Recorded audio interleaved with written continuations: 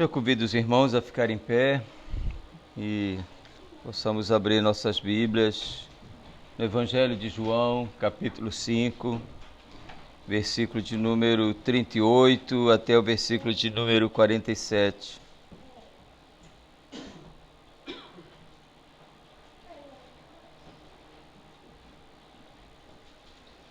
João, capítulo 5, versículo 38 até o versículo de número 47. Eu vou ler, os irmãos acompanhem a leitura. Também não tendes a sua palavra permanente em vós, porque não credes naqueles a quem ele enviou. Examinai as Escrituras, porque julgais ter nelas a vida eterna, e são elas mesmas que testificam de mim. Contudo, não quereis vir a mim para terdes vida. Eu não aceito glória que vem dos homens. Sei, entretanto, que não tendes em vós o amor de Deus. Eu vim em nome de meu Pai, e não me recebeis. Se outro vier em seu próprio nome, certamente o recebereis. Como podeis crer, vós os que aceitais glórias uns dos outros, e contudo não procurais a glória que vem do Deus único? Não penseis que eu vos acusarei perante o Pai. Quem vos acusa é Moisés, em quem tendes firmado a vossa confiança. Porque se de fato cresseis em Moisés, também creríeis em mim, porquanto ele escreveu a meu respeito. Se, porém, não crerdes nos seus escritos, como crereis nas minhas palavras? Vamos orar, meus irmãos. Nós te agradecemos, Senhor nosso Deus, pelo tão grande privilégio de podermos mais uma vez nos reunir para meditar na Tua Palavra.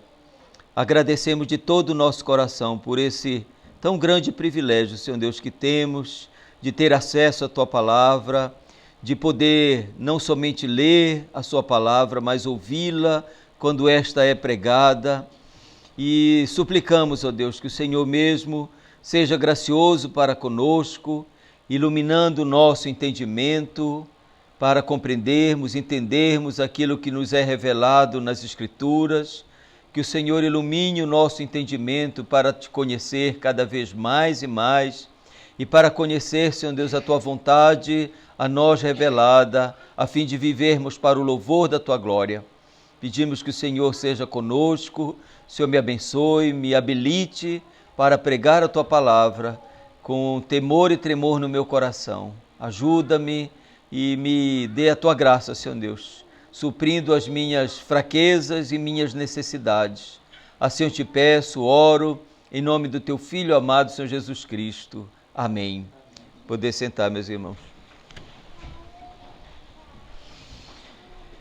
Meus irmãos, a Bíblia, quando nós a lemos, quando nós ouvimos, e podemos ter a plena certeza que toda a Escritura, toda a Bíblia, ela é um livro para a vida, né? Ela é um livro aplicável à nossa vida. É um livro, como nós poderíamos dizer, que nos instrui como nós devemos viver nesta terra, para a glória de Deus, e como nós devemos viver de modo felizes nesta terra. Se alguém quiser viver bem nesta terra, se alguém quiser ser feliz nesta terra, não só compreenda as Escrituras, mas pratique as Escrituras. A Bíblia é um livro prático. A Bíblia não é um livro de ideias, de pensamentos abstratos. Pelo contrário, ela é a única revelação de Deus a nós, com o propósito de vivermos uma vida piedosa nesta terra, de vivermos temente a Deus, temendo a Deus, amando ao Senhor e servindo, e assim desfrutando de uma vida que poderíamos dizer de viver bem, de viver feliz. Todo o ensino da Escritura é prático, ela contém ensino, ela contém instrução, mas toda instrução, todo ensino, ela tem, ou ela visa a prática, ou ela visa um ponto para ser, ou ela visa ser vivido à luz dessas verdades. e ela está cheia de admoestações, de exortações, de considerações preciosas. Primeiro, para que nós venhamos ouvir atentamente a Escritura. Há inúmeras exortações, admoestações. Nós devemos primeiramente ouvir, entender, compreender atentamente o que está escrito a nós nas Escrituras. Mas também nós temos inúmeras admoestações, exortações, para que nós não venhamos apenas ouvir, mas nós venhamos praticar aquilo que nós ouvimos, para que nós venhamos aplicar o ensino, a instrução para a nossa vida, para o dia a dia. Todo ensino tem um propósito de nos levar a nos conduzir de acordo com esta verdade que é a nós revelada. E quando nós vamos ver isso, eu posso dizer duas razões das exortações, das admoestações para nós ouvirmos e para praticarmos. Primeiro é para nos livrar do auto-engano, né? O perigo maior, um dos grandes perigos é o auto-engano. Alguém se enganar. Alguém, em outras palavras, pensar que é crente e não é. Ou pensar que está, digamos assim, agradando a Deus e vivendo de conformidade com Ele e pode não estar. Então esse é um grande perigo do auto-engano, de alguém estar enganando-se. Mas o outro perigo é da falsa esperança, de alguém ter uma esperança que não tem fundamento, que não tem um alicerce. Então há inúmeras exortações e o próprio Senhor Jesus vem nos dar inúmeras admoestações, exortações com o propósito de nos livrar do auto-engano. O Senhor Jesus sempre, quando alguém queria segui-lo, quando alguém vinha de uma maneira um tanto quanto entusiasmado, ele sempre fazia algumas considerações, algumas ponderações das implicações práticas que tinham em segui-lo. Por quê? Para que alguém não viesse ser apenas um idealista, entusiasmado e pensando que não tinha algumas implicações sérias. Então ele vem sempre advertir para alguém ponderar, avaliar de uma maneira honesta, sincera, a fim de que viesse seguir pela motivação correta, para que alguém viesse saber as implicações de seguir e não viesse, digamos assim, estar enganando-se, pensando que a coisa não era como eles pensavam que era. Mas também para alguém não ter uma falsa esperança, esperando algo que nunca lhe foi prometido, algo que não estava, digamos assim, que estava fora daquilo que ele diz na sua palavra. Meus irmãos, o texto que nós lemos é um texto, e o que nós vamos meditar hoje é sobre o tema as solenes acusações do Senhor Jesus aos judeus. Nós não gostamos de ser acusado de nada. Ninguém gosta. Ninguém gosta de ser acusado de falhas, de imperfeições. E quando uma acusação é falsa, a gente tende a se defender. Quando vem de alguma pessoa, ela é falsa, a gente tende até a se defender. Mas quando uma acusação é verdadeira, ela tende sempre a nos levar a reconhecer, a dizer, você está certo, nessa acusação, nisso que você diz, você está certo. Quando a acusação é de alguém, isso já exige de nós uma retratação. Mas quando a acusação ela é do próprio Filho de Deus, ela é mais solene, mais séria, porque nós não temos nenhuma desculpa, nós não temos nenhuma justificativa para dizer, o Senhor não está certo naquilo que o Senhor está afirmando ou dizendo. Não podemos, porque Ele sonda a nossa mente, Ele sonda o nosso coração. E é por isso que aqui nós vamos ver nesse texto essas solenes acusações do Senhor Jesus contra os judeus. São sérias por causa de quem está falando é o próprio Filho de Deus.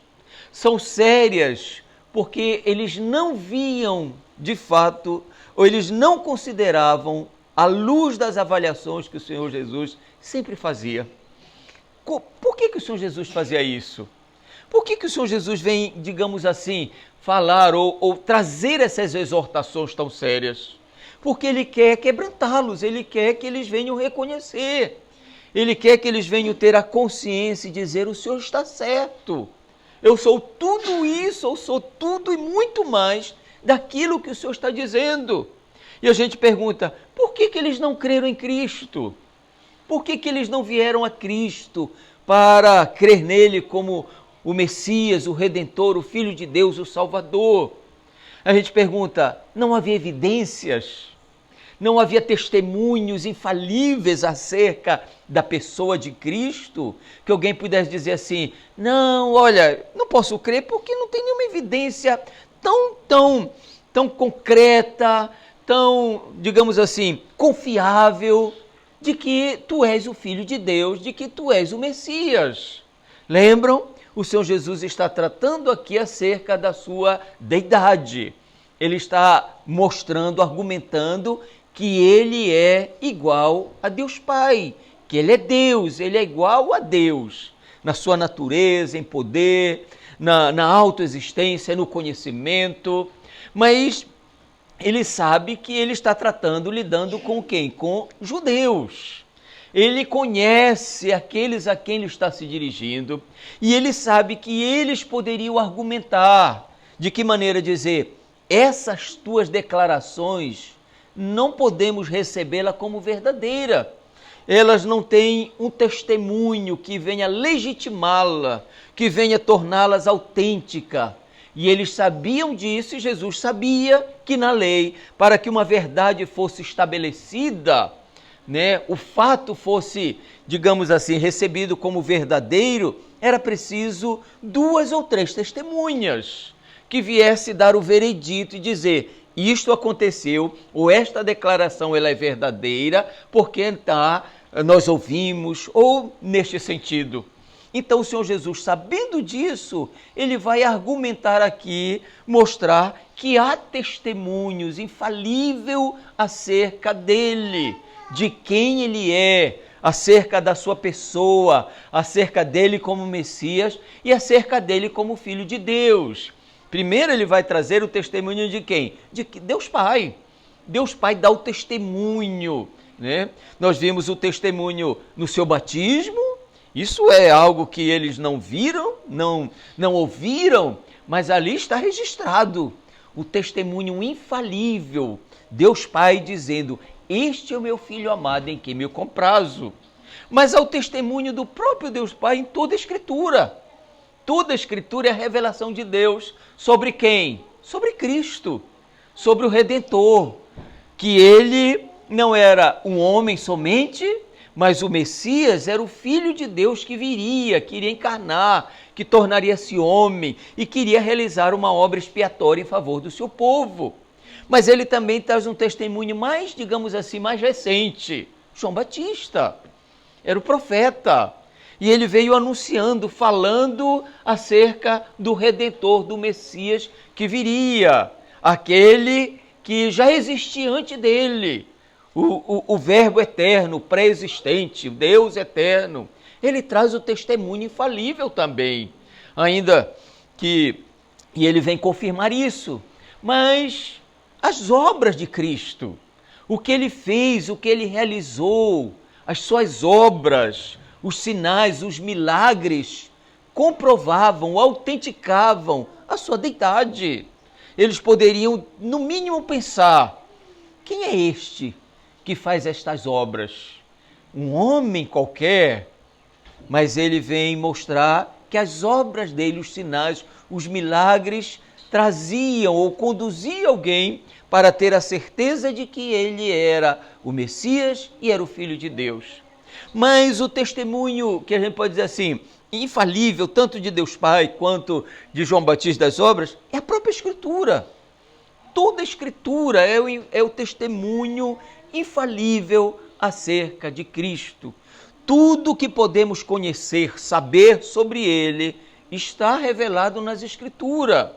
Toda a Escritura é uma revelação acerca da eterna redenção do Senhor Deus.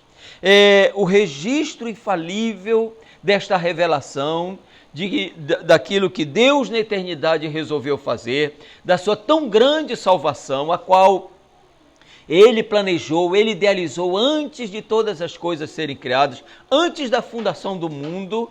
Ele já havia determinado, decretado que o seu filho viria, que iria vir a este mundo, que assumiria uma natureza humana, que assumiria a culpa do seu povo e expiaria de uma morte vicária para a redenção do seu povo. Então, todo testemunho eles tinham. E a gente pergunta, e por que eles não creram? Era falta de evidências? Era falta de registro? Era falta de alguém dizer, não temos nada? Era uma questão intelectual?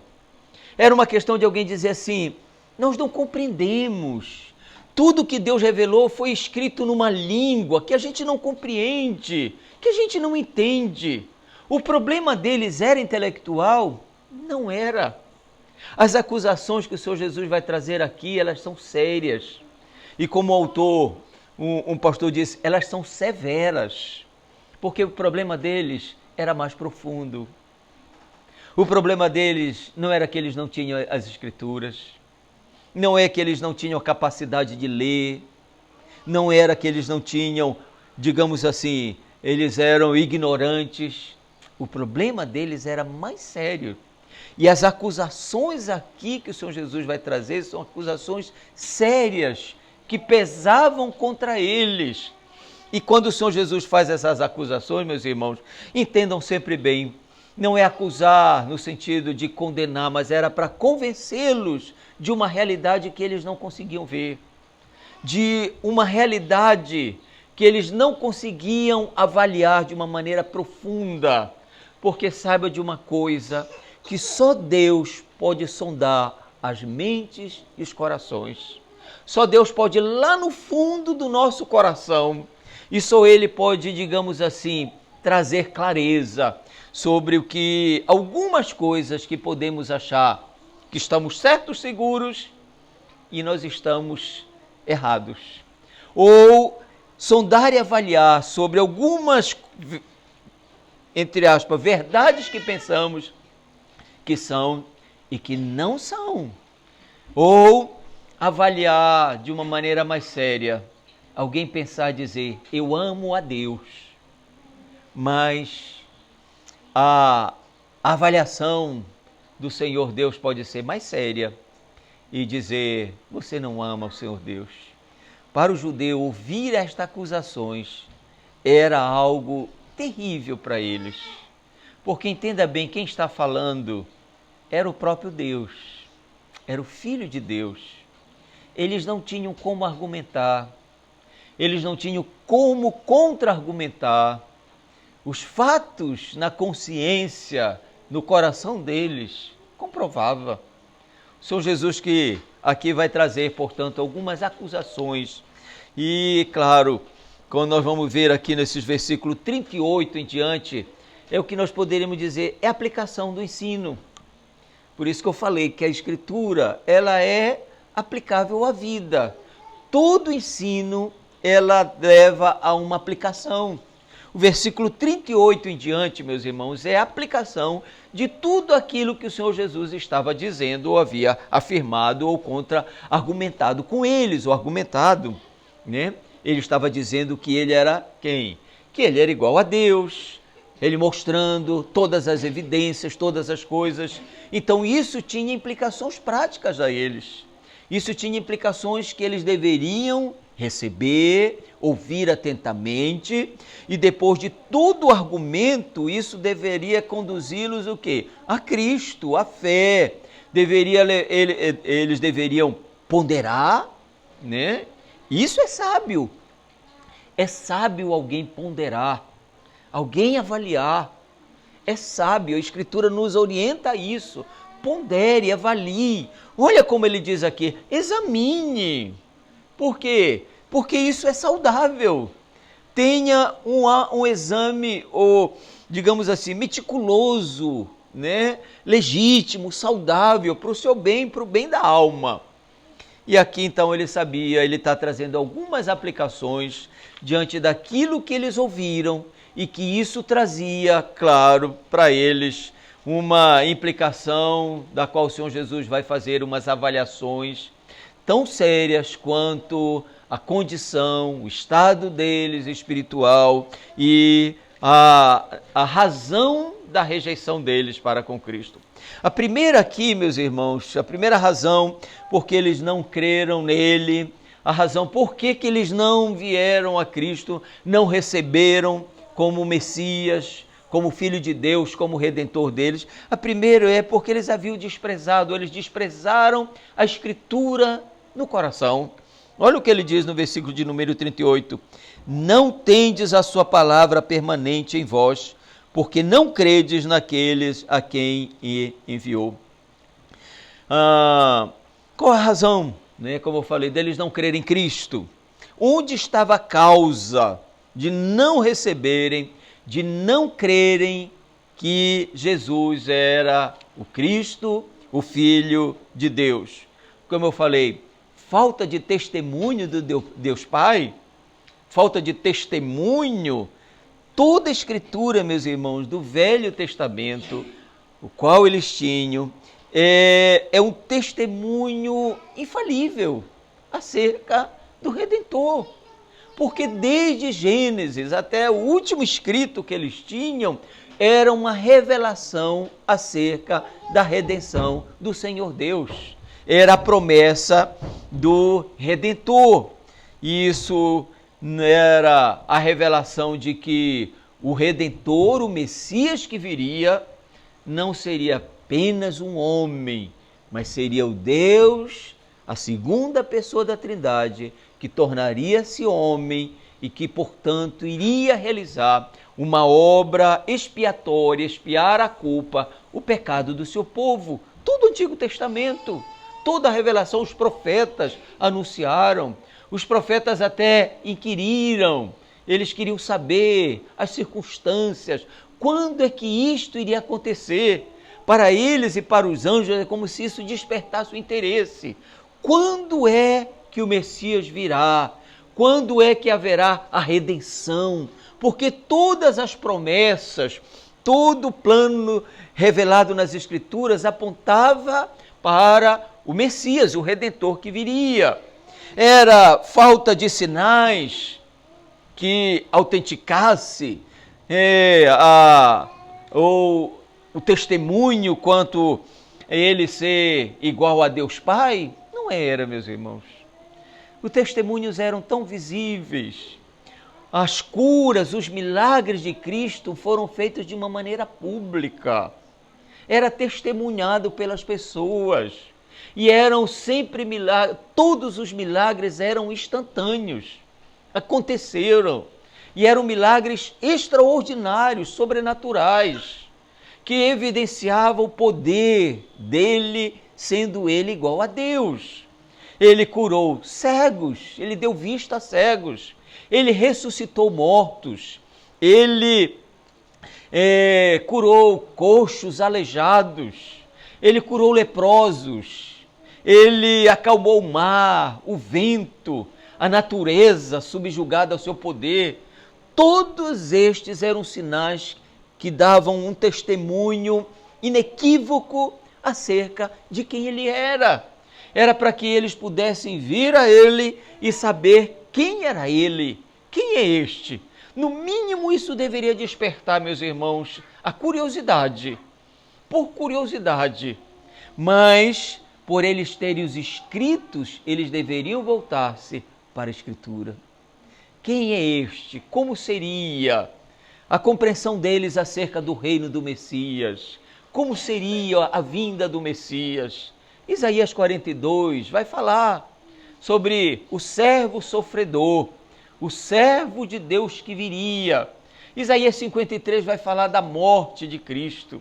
Quando vamos ver Isaías profetizando, é como se Isaías estivesse vendo Cristo morrer ali na cruz do Calvário, né? Ele vai dizer quem foi que creu na nossa pregação, e ele vai dizer homem de dores, né? O mais desprezado de todos os homens, e ele vai dizer o castigo que nos traz a paz estava sobre ele, foi lançado sobre ele as nossas dores, as nossas enfermidades, as nossas iniquidades estavam lá. Então, os sinais apontavam para a deidade de Cristo. Mas a Escritura, meus irmãos, a Escritura fala de Cristo. Toda a Escritura é Cristo. toda a Escritura é sobre a pessoa de Cristo, é sobre a sua pessoa e sobre a obra que ele iria realizar. A Escritura fala dele e aponta para ele, e nós vamos ver que a revelação da Escritura, ela é uma revelação histórica progressiva. Deus não revelou tudo de uma vez, mas ele foi revelando-se, até que chegasse o quê? A plenitude dos tempos, onde Deus enviou seu Filho, nascido de mulher, nascido sobre a lei. É uma revelação onde eles vão, é como eu digo, foi descortinando, abrindo as cortinas, para que eles pudessem compreender e conhecer acerca do Messias e da salvação que viria. Ela vem, na história nós vamos ver que havia tipos, figuras que apontavam para Cristo. O tabernáculo, os sacrifícios, o cordeiro da expiação apontava para Cristo. O cordeiro pascal apontava para Cristo. Tudo apontava para Cristo. E nós vamos ver que é Ele que é o sacrifício. Aqueles sacrifícios, aqueles cordeiros, ou aquele carneiro do dia da expiação, era uma figura, era um tipo de quem? De Cristo, que apontava para o sacrifício de quem? Do Filho de Deus, o justo, que iria morrer no lugar de pecadores. Quem é que vê e compreende e define de uma maneira tão clara? É João Batista. Lembra quando ele vê Jesus, o que é que ele diz? Eis o Cordeiro de Deus que tira o pecado. Olhe para ele. Aquele cordeiro do sacrifício era uma figura que apontava para ele. Era uma sombra de uma realidade que viria. O Cordeiro de Deus que iria tirar o pecado do seu povo. Era o único é o único que fez uma obra perfeita para tratar com a culpa. O sangue de touros, de bode, os sacrifícios não tinham em si eficácia de tratar com a culpa. Por isso que eles eram o quê? Repetidos. Uma vez ao ano se repetia sobre a morte de um cordeiro, porque eles em si não tinham eficácia para tratar com a culpa e para tratar com o poder do pecado. Então João, quando vê, diz, eis o Cordeiro de Deus. É este que tipificava aqueles cordeiros, o sacrifício, tipificava quem? A ele, a Cristo, apontava para ele. Toda a Escritura, meus irmãos, ela revela a pessoa bendita do Senhor Jesus Cristo. E quando nós podemos, então, aqui, o que o Senhor vem dizer para eles, e a acusação não era por revelação? Não tem nada revelado sobre ele, nada que pudesse dizer, ou que eles pudessem ter um testemunho e dizer, não, está aqui. Não, meus irmãos, estava tudo revelado a eles. A acusação do Senhor Jesus, ela é mais séria. E a primeira acusação aqui é justamente esta, é que eles não tinham a sua palavra permanente. O que significa isso? Esta aqui é que vai levar a todas as outras, digamos assim, a todas as outras acusações. Esta conduz as outras, porque esta era a causa de todas as outras acusações que o Senhor Jesus vai fazer aqui. A causa é que eles haviam desprezado a palavra de Deus no coração deles. A causa e toda acusação que decorre desta é que a palavra de Deus não tinha lugar no coração deles, no coração dos judeus. E se a gente puder dizer o seguinte, se a palavra de Deus não tem lugar no coração do homem, eles não virão a Cristo. Eles não receberão a Cristo e eles não amarão a Deus e eles não buscarão a glória e a honra que vem de Deus. Embora eles tivessem as Escrituras, mas o que foi que aconteceu com os judeus? O que foi que aconteceu no contexto do Senhor Jesus Cristo? Meus irmãos, o que aconteceu é que eles desprezaram a autoridade das Escrituras. Eles deixaram de seguir aquilo que as Escrituras diziam e passaram a seguir cerimônias, tradições, ensinos de homens. E esta era, digamos assim, a razão de toda a sua decadência, ou esta era a razão deles rejeitarem a Cristo. Nós vamos ver que tudo aqui está envolvido. Ora, primeiro é que eles rejeitavam a Cristo por causa de que eles não criam na doutrina da justificação pela graça mediante a fé. Os judeus passaram a ensinar. O ensino era de que os homens eram justificados por obras de justiça da lei. Os homens passaram a ser justificados por obras da lei. Mas onde estava isso? Onde o Senhor Deus havia ensinado sobre isso? Em nenhum. Por isso que ele vai dizer, a palavra de Deus não estava mais neles, permanecendo neles, porque foi substituída por ensinos, por instruções, por cerimônias, as quais não estavam, nunca foram ensinadas, nunca foram expostas pelo Senhor Deus nas Escrituras. A exortação, portanto, que nós vamos ver aqui do Senhor Jesus é examinar as Escrituras. Examine as Escrituras. Porque vocês julgais ter nelas a vida eterna. E são elas mesmas que testificam de mim. Primeira era a acusação aqui. Essa aqui era a causa de todas as outras. A palavra de Deus não tinha mais lugar no coração deles.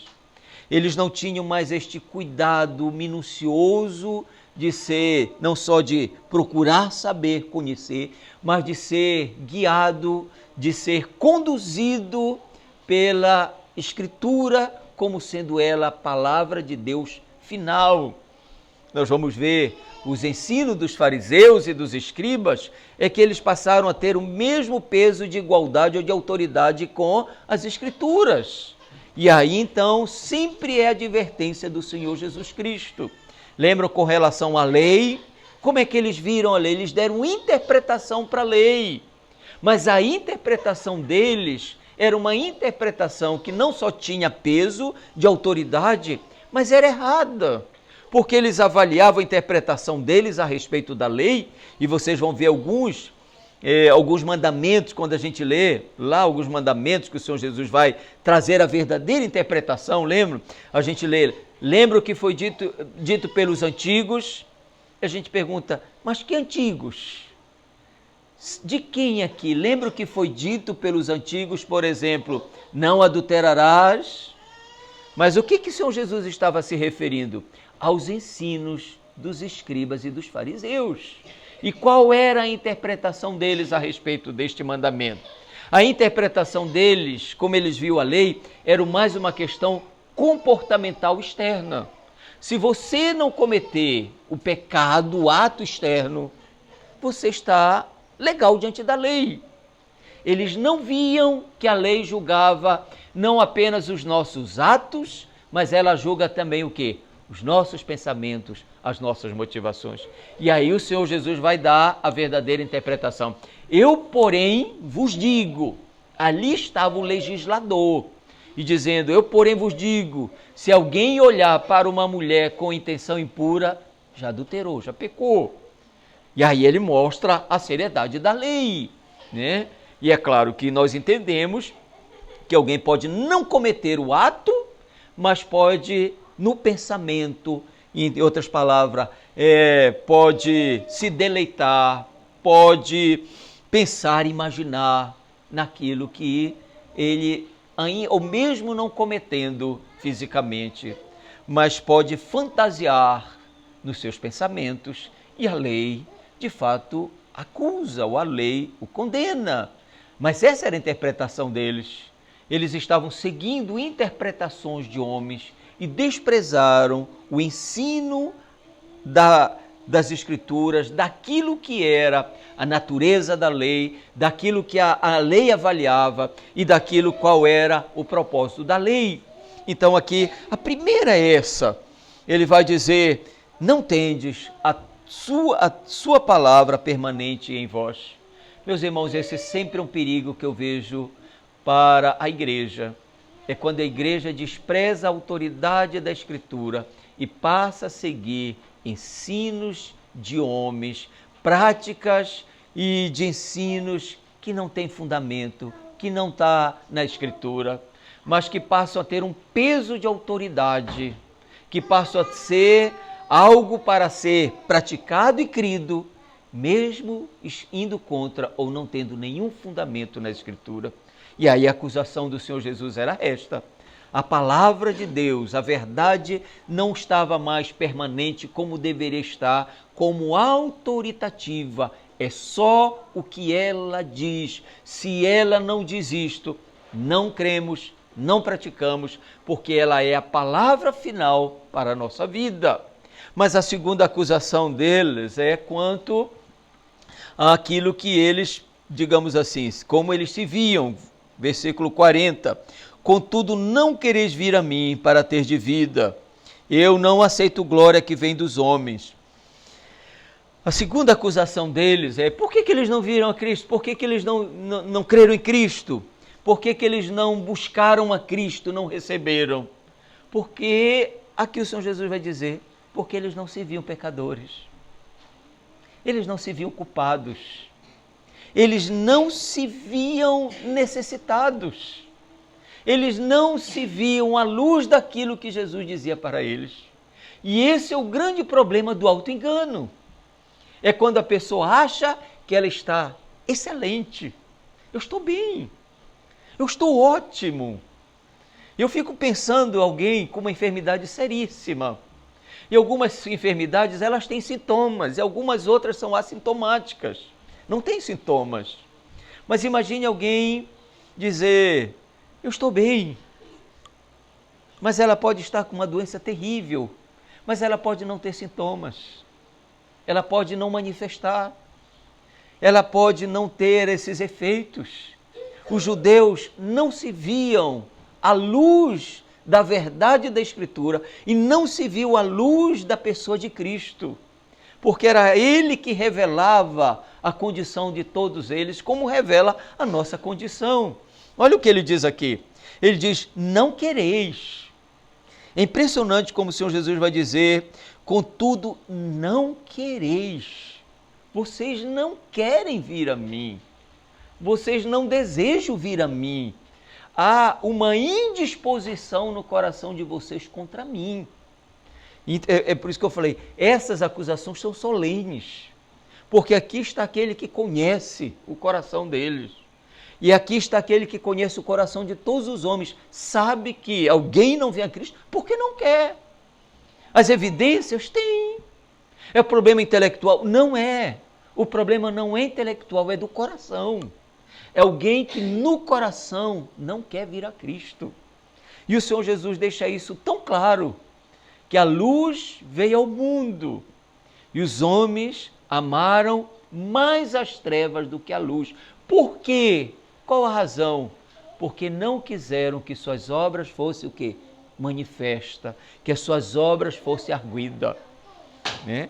Se a gente for olhar de uma maneira tão bem prática assim, a gente pode ver que os maiores crimes, as piores coisas acontecem aonde? À noite. Quando é que as pessoas roubam os outros? À noite, porque não querem ser vistos. O nosso coração está nas trevas, a não ser que a luz bendita venha e raia sobre nós. Mas a luz, ela expõe aquilo que nós não gostaríamos de ver. Ela revela uma realidade que nós não gostaríamos de ver. Os judeus não quiseram ver a realidade do coração deles. E ele diz: o testemunho é este, que a luz veio ao mundo, e os homens amaram mais as trevas. E a acusação do Senhor Jesus aqui diz: vocês não querem vir a mim. Não é por problemas de evidências, não é porque não há um testemunho, não há porque não há nenhum relato, não é porque a Bíblia foi escrita, alguém pode dizer, ela foi escrita numa linguagem que eu não entendo. Ela é clara, ela foi escrita numa linguagem clara. É claro que para compreender nós precisamos da iluminação do Espírito Santo. Mas se alguém busca com honestidade, com sinceridade, suplicando, Deus concede. Deus é misericordioso. Ele vai dizer aqui, vocês não querem vir a mim. Que acusação tão séria. E que peso isso teria para eles? Que peso isso teria para eles, meus irmãos? Porque estava ali, eles estavam diante do Salvador bendito. Nós não tivemos o privilégio de ver a Cristo. Nós não tivemos o privilégio de ouvi-lo pessoalmente. Mas eles tiveram. Estava ali o Redentor misericordioso, o Salvador misericordioso. E ele está dizendo, vocês não querem vir a mim. Vocês têm uma indisposição. O problema de vocês não é de intelectual, é do coração. É um coração que rejeita a verdade, é um coração que rejeita vir a Cristo, porque não quer que as suas obras sejam expostas, sejam reveladas. Mas ele diz, não quereis vir a mim para ter vida. E por que eles não vinham a Cristo? Porque eles não se viam pecadores culpados. Eles não se viam indigentes, necessitados. Como é que eles se viam? Justos. Justos. Lembra que o Senhor Jesus diz, eu não vim para os sãos. Eu vim para quem? Para os doentes. Eu não vim buscar justos, eu vim buscar quem? Pecadores. Eu sempre digo que quando alguém está doente, enquanto alguém não está doente, o médico pode passar na sua porta, você não procura porque você não precisa, você não necessita. Mas quando você ou eu estivermos doentes, e penso que nesse contexto tão lamentável que estão vivendo no Brasil, como as pessoas buscam o auxílio de um médico? Porque elas querem que o médico faça um diagnóstico, uma avaliação precisa sobre o seu estado. Elas sabem que elas estão más e elas precisam de que o médico possa assisti-la, possa, digamos assim, não só fazer um diagnóstico preciso. E para algumas enfermidades, o bom médico vai dar o diagnóstico e às vezes o diagnóstico, ele pode não ser aquele que nós gostaríamos de ouvir. Mas ele pode dizer, você está com uma doença seríssima, ela é grave e ela pode lhe levar à morte. Mas ele pode dizer, tem cura, tem cura. É o médico que vem e avalia. Quando nós estamos doentes, nós precisamos. E o Senhor Jesus diz, eu não vim para os sãos, eu vim para os doentes. Qual era o problema dos judeus? Eles não se viam doentes. Eles não se viam miseráveis pecadores. Eles se viam justos. Por quê? Porque eles tinham uma ideia errada acerca de como o homem pode ser aceito diante de Deus. Como é que eles viam? Que Deus justifica o homem por obras da lei. Então eles diziam, nós estamos bem, nós guardamos externamente a lei, nós estamos bem, nós somos justos, nós não precisamos de um Salvador. É por isso que meretrizes, publicanos, pecadores, quando ouviam de Cristo, quando ouviam acerca da salvação, eles vinham a Cristo buscando graça a favor. Os cegos, os coxos, os exemplos acerca do Evangelho da Graça é o exemplo de uma grande festa, de um grande banquete, que o convite é dado primeiro a alguns, aqueles a quem o anfitrião quis convidar, os de honra. Eles rejeitaram, e no caso eram os judeus. Aí ele diz, então vai aos becos, vai às ruas, chama os coxos, os aleijados. Que privilégio! O privilégio da graça. Que privilégio! Eu não mereço. Eu não mereço. Os judeus achavam que eles eram justos. Pecadores, meretrizes, o Senhor Jesus diz, vos precederão no reino de Deus. Por quê? Porque eles se viam culpados e eles se viam necessitados de Cristo. Enquanto você não ver a sua condição, enquanto você não vê a sua condição espiritual, quem você é, como você está, você nunca vai ver a sua necessidade de Cristo. Você pode até ouvi-lo, você, digamos assim, você pode até ver ele passar na sua porta. Estou bem, não preciso. Os judeus viam assim, sou justo. E ele vai dizer assim, contudo, não quereis vir a mim para ter vida. Não quiseram a vida, porque eles já pensavam que eles eram aceitos diante de Deus por obras da lei. Eles pensavam que eles eram salvos por observância das obras da lei. Nunca viram que o homem está impossibilitado, meus irmãos, de observar perfeitamente a lei de Deus. A exigência é de uma obediência perfeita. Não é menos do que isso. É de uma exigência, de uma observância perfeita. Eles achavam que eles poderiam apresentar-se justos diante de Deus. E eles não queriam vir aqui ao Senhor Jesus Cristo. Essa era uma acusação séria, porque eles não viam a necessidade deles. O Evangelho começa mostrando a nós a nossa necessidade. A eficácia do Evangelho, a eficácia da obra de Cristo, ela só se faz por causa da nossa terrível necessidade. Nós precisamos desesperadamente de um Salvador, de um Redentor. Nós precisamos quanto alguns que puderam ver e ouvir Jesus e viam suas necessidades. Lembram daquele cego Bartimeu? Um cego. Não se sabe se era de nascença ou se tornou cego. Você sabe que provavelmente ele tornou-se cego, ele não via mais. Que triste.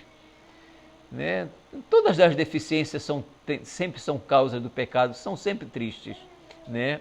Mas o cego que estava ali, e um dia ele ouviu, né? Vocês sabem que os cegos, eles por não terem mais a visão, os outros sentidos são mais aguçados, né?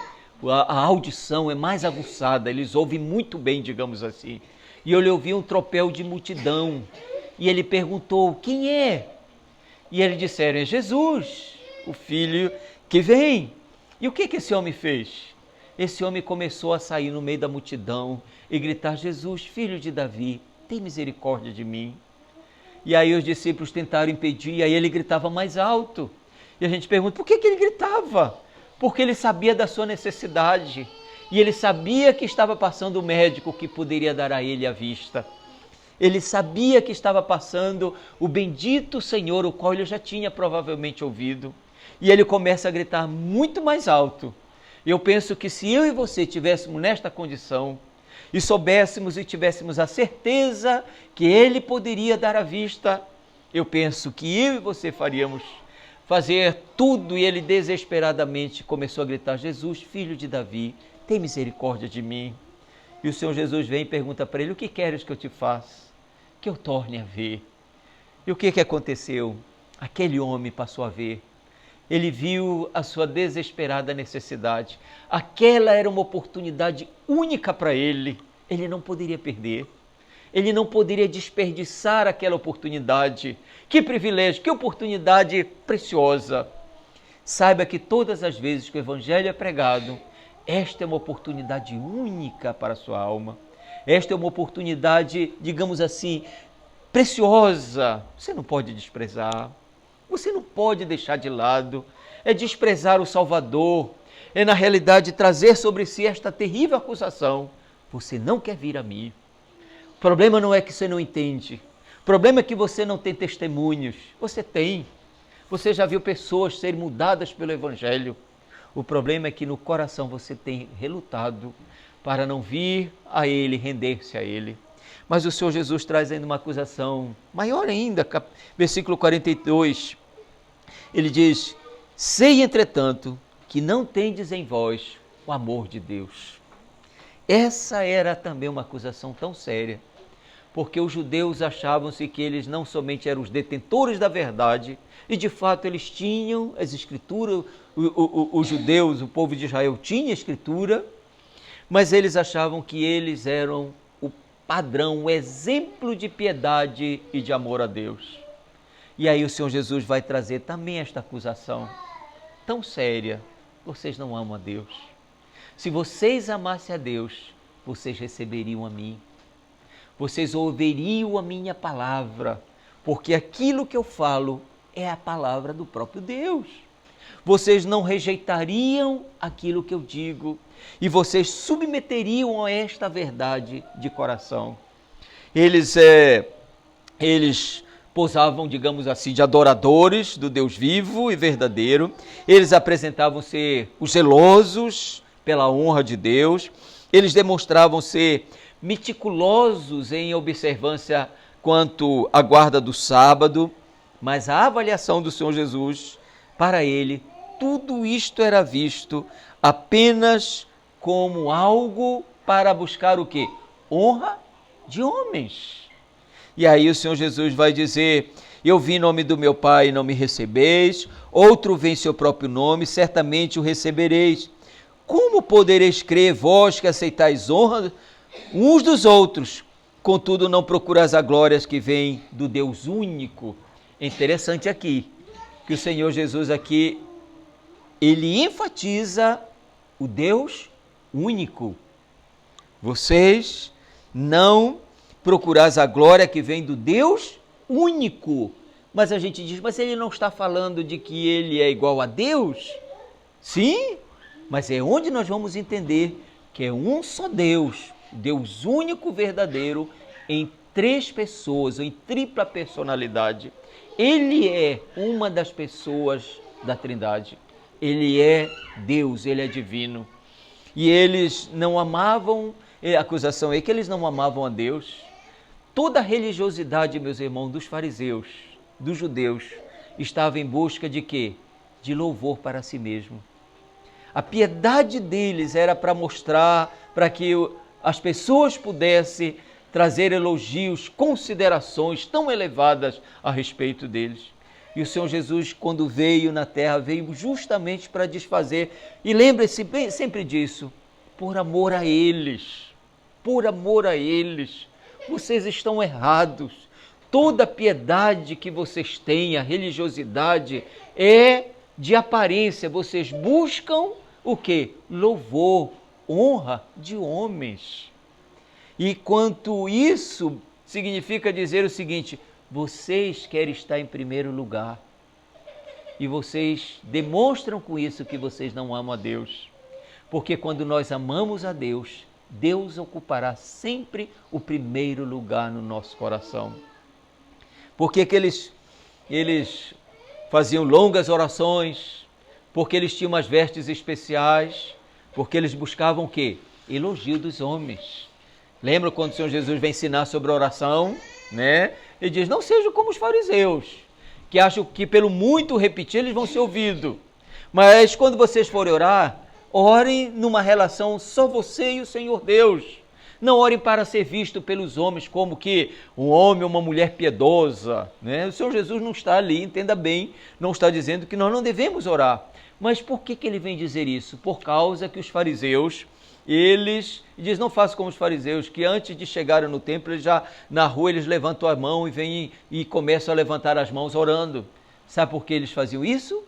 Porque eles queriam que os homens olhassem para ele e dissessem, que homem piedoso. Ele está tão desejoso de orar que ele nem chegou no templo, ele já está orando antes de chegar no templo. Isto era hipocrisia.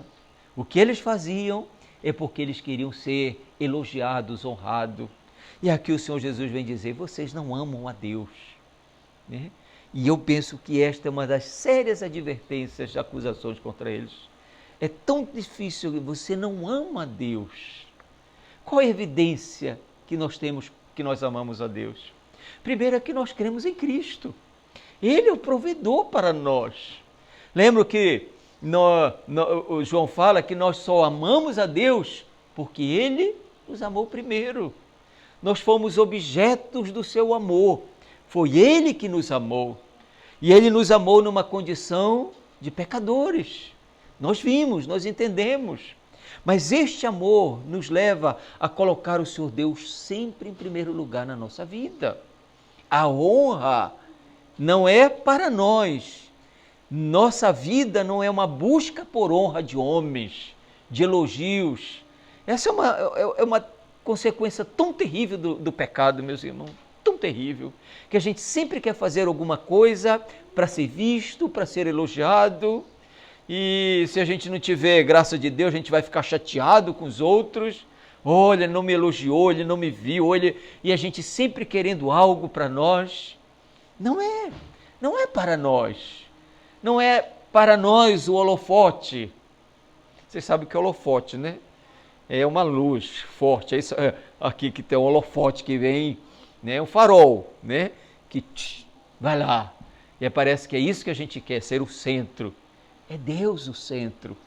É Cristo na nossa vida. Não somos nós. Não é mais nada para nós. É por isso que ele diz, vocês buscam a glória de homens. Mas vocês tiram Deus. Ele deixa de ser o holofote da vida de vocês. Ele deixa de ser visto na vida de vocês. Meus irmãos, aqui o Senhor Jesus traz essa advertência para eles. E lembram quando o Senhor Jesus diz, esse povo, ele vai usar lá o texto lá do profeta, dizer, esse povo me louva de quê? De lábios, mas o coração está longe. Eram religiosos, prestavam um culto ao seu Deus, mas o coração era um coração que buscava para si a honra, o elogio, buscavam para si aquilo que poderia trazer para eles a exaltação, ou a alta exaltação. O caminho para nós sempre será da humildade. O caminho para nós sempre será de uma visão correta que devemos ter de nós. Vocês sabem que o grande problema nosso é o orgulho. E orgulho é o quê? É uma visão errada que nós temos acerca de nós. Somente a luz do Evangelho que vem e nos mostra uma verdade, uma realidade que nós não queremos ver e que nós não queremos perceber. E o único caminho é nós reconhecermos. Isso é humildade, é reconhecer, eu sou exatamente isso e muito mais do que as Escrituras dizem. Os judeus não eram humildes, eles não aceitaram, né? E a gente sabe que às vezes a gente é assim, que triste, eu falo por mim, né? O diagnóstico foi dado, mas parece que a gente diz, o médico está errado. Ele está errado. Eu sei o melhor diagnóstico. Ele prova com tudo para a gente, né? Eu só mostrando um exemplo, né? Hoje a gente tem isso, né? Pode tirar uma radiografia, uma tomografia, tá aqui, ó. Não, isso aqui está tudo errado. Eu sei que ele está errado. O diagnóstico nós podemos rejeitar. Eles poderiam rejeitar o diagnóstico de Cristo, mas eles não poderiam rejeitar o final que seria daquilo que esse diagnóstico traria para eles. Podemos rejeitar o diagnóstico, mas a veracidade do diagnóstico a gente não pode mudar. Não pode mudar. Estamos doentes, podemos dizer, não estou. E podemos até pensar, não, isto não é verdade. Mas isto não mudará os fatos. Isso não mudará os fatos. A não ser que haja cura. A não ser que haja um reconhecimento. O caminho é sempre de um reconhecer, de uma humildade. Mas por último, a acusação que o Senhor Jesus vai trazer para eles, ele vai também aqui dizer, versículo 45, ele diz, não penseis que eu vos acusarei perante o Pai. Quem vos acusa é Moisés, em quem tendes firmado a vossa confiança. Porque se de fato cresces em Moisés, também creríeis em mim, porquanto ele escreveu a meu respeito. Se porém não crerdes nos seus escritos, como crereis na minha palavra?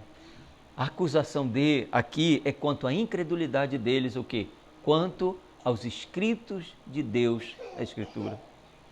A fé, ela sempre vai vir por uma sujeição àquilo que Deus diz na sua palavra.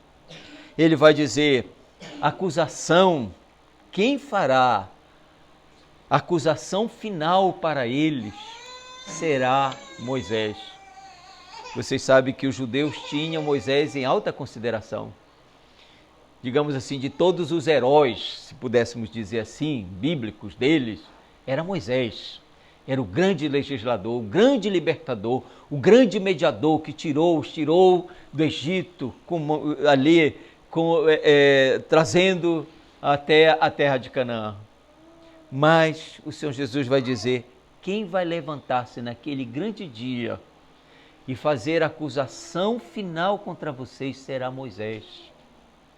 Porque ele fala a meu respeito. O Pentateuco foi escrito por Moisés. Mas eu sempre digo o seguinte, se você rejeitar os primeiros capítulos de Gênesis, você vai rejeitar toda a salvação. Se você não crê nos primeiros capítulos de Gênesis, você não vai ter uma compreensão da salvação, de jeito nenhum. Você não vai ver a necessidade de um Salvador. Porque lá nos primeiros capítulos de Gênesis que nós vamos ver o quê? A queda, nós vamos ver a ruína, nós vamos ver de uma maneira tão surpreendente a graça de Deus vindo ao homem. Lembram?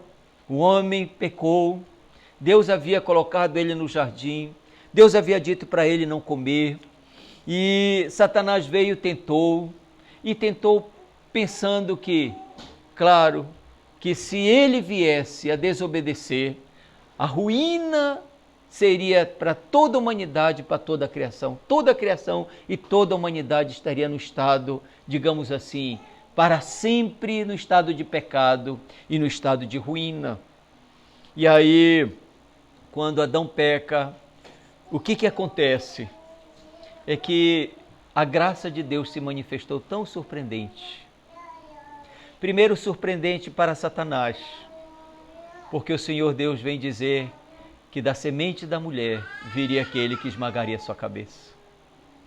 Deus havia ali revelado a redenção e Deus havia ali prometido o Redentor. Foi surpreendente para Adão, porque ele viu de uma maneira tão admirável a graça de Deus. Mesmo caindo, mesmo desobedecendo, Deus prometeu um Redentor. E é dessa maneira que a graça de Deus sempre vem a nós, de uma maneira surpreendente.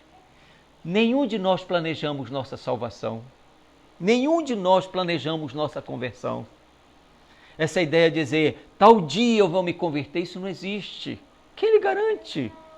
É Deus que vem a nós de uma maneira tão surpreendente. Quando nós menos esperávamos, Adão jamais esperava que Deus viesse fazer a promessa de um Redentor.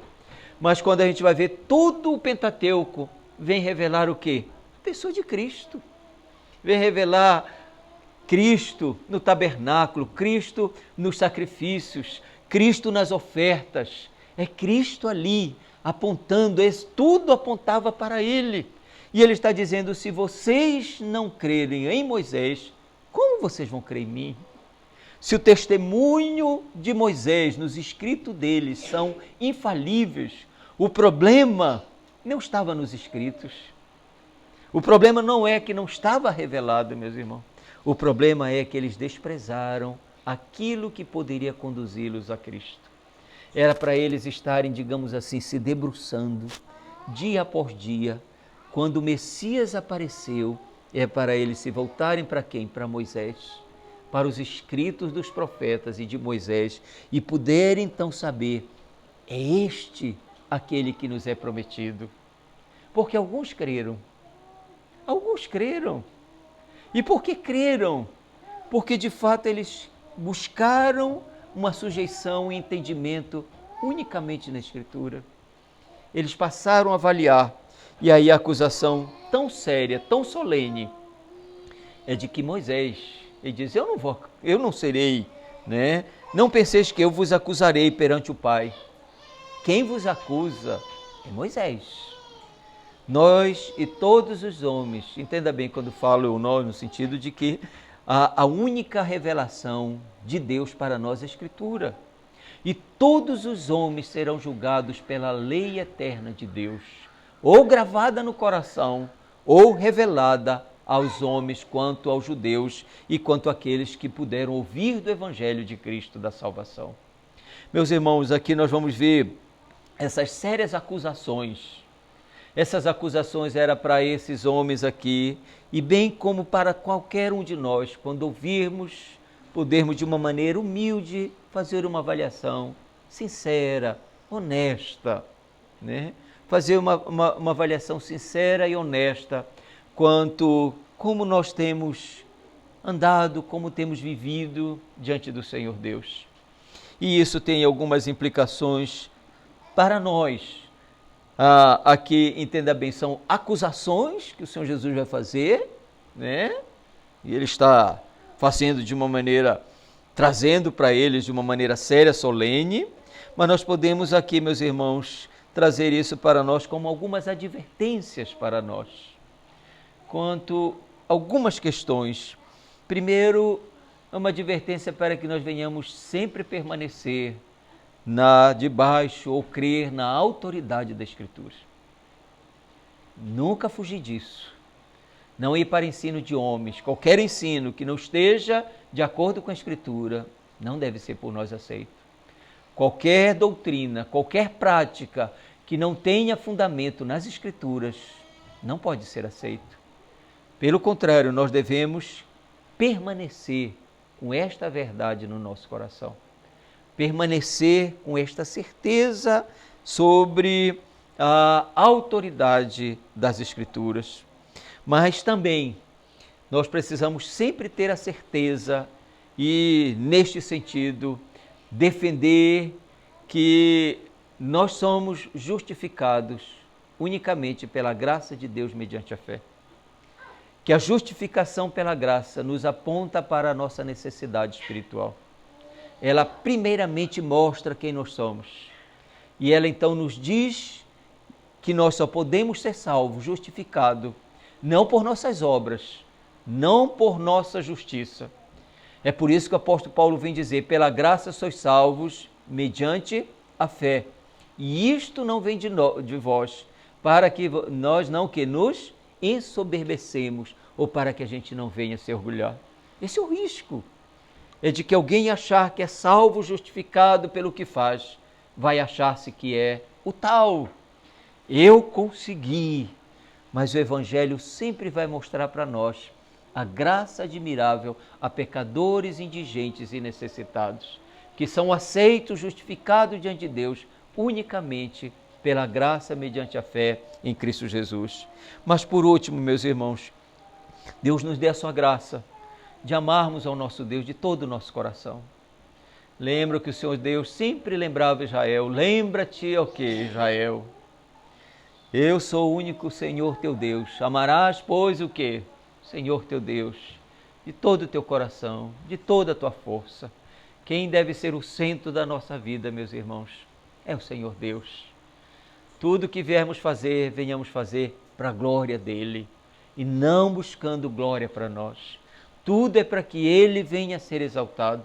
Saiba que se há algum bem em nós, alguma coisa boa que alguém possa ver em nós, saiba que não é nosso. É fruto da graça de Deus no nosso coração. É Ele que tem feito algo que nós não podemos fazer.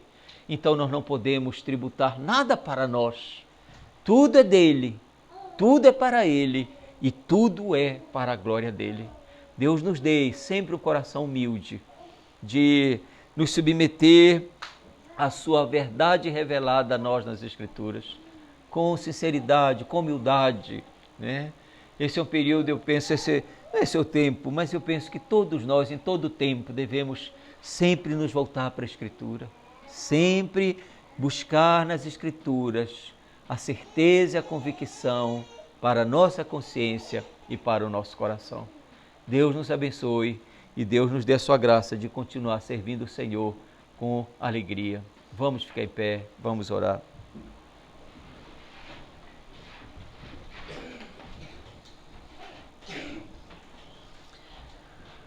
Ó Senhor, nós humildemente nos aproximamos de Ti, reconhecendo que sempre que ouvimos a Tua palavra, ela é palavra do Senhor para nossas vidas.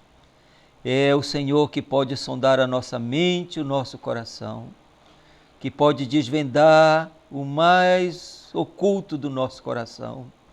nós nos aproximamos de Ti suplicando sua misericórdia e suplicando a Tua graça, Senhor meu Deus, para que venhamos viver de modo digno do Evangelho, da vocação que fomos chamados. Ajuda-nos, ó Deus, a cada dia a vir a Cristo, a buscar graça, favor em Cristo. Ajuda que a nossa vontade, o nosso coração seja inclinado para desejar mais e mais estar com Cristo, amar a Cristo, amar a sua palavra, a sua verdade que a nós é revelada nas Escrituras. Concede-nos, ó Deus, viver para a Tua glória, que tudo que venhamos fazer não para ser visto por homens, não para receber honra de homens, mas para agradar ao Senhor, para a glória do Teu nome e para o louvor do Teu santo nome. Concede-nos, ó Deus, andar humildemente contigo. Nós fomos salvos pela Tua graça e nos ajuda a depender constantemente, diariamente da Tua graça, para que venhamos viver de modo agradável aos Teus olhos. Sê conosco nesta nova semana que se inicia.